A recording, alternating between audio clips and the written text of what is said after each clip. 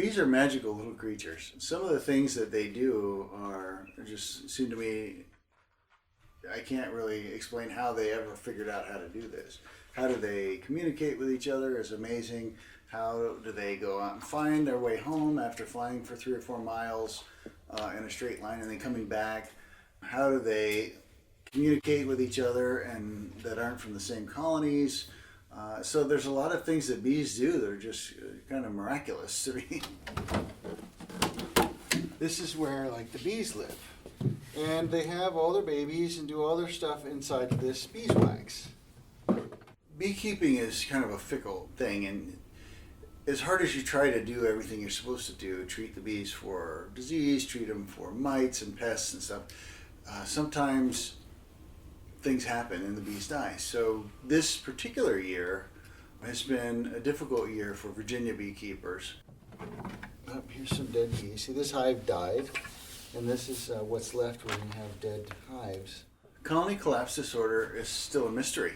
It hasn't been as significant as it was when it was discovered in the late 2000s. But essentially, colonies of bees, thousands and thousands of bees, well, I should say thousands of colonies of bees, so billions of bees, would just vanish. They would disappear. Colony collapse disorder was discovered now maybe almost 10 years ago. And what happened was that beekeepers found that some of their hives mysteriously were completely abandoned. So there were no adult bees in the hives, yet when you open up the hives and you look at the cells where the brood or the baby bees are living, those still had living, viable, young honeybees in them.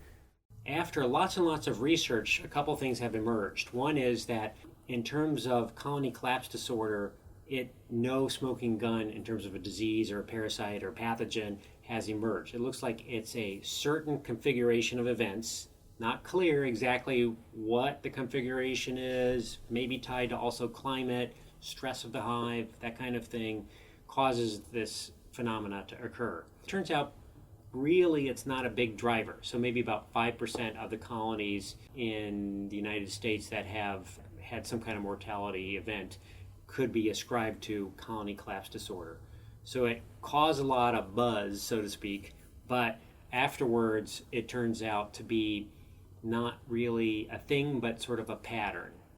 Colony collapse disorder was a term that was latched on, I think, by the media, and it's a term that they unfortunately use for any type of colony mortality, whether it be bee decline or bee mortality, and it really is a set of symptoms. So it can't be applied, if I'm a beekeeper, I keep 10 colonies. If half of my colonies die, but they die because of pests and pathogens, it's not CCD. But unfortunately, everybody uses CCD for any bee deaths, and that's not the case. I think the bees will be fine. It's the beekeepers we have to take care of. These are the commercial beekeepers. I fear for their survival more than the honeybees. Yes, they're the last nomadic farmers. We know so much, and yet we still have so much to learn about these amazing insects. It's a lifelong learning to know all there is to know about bees.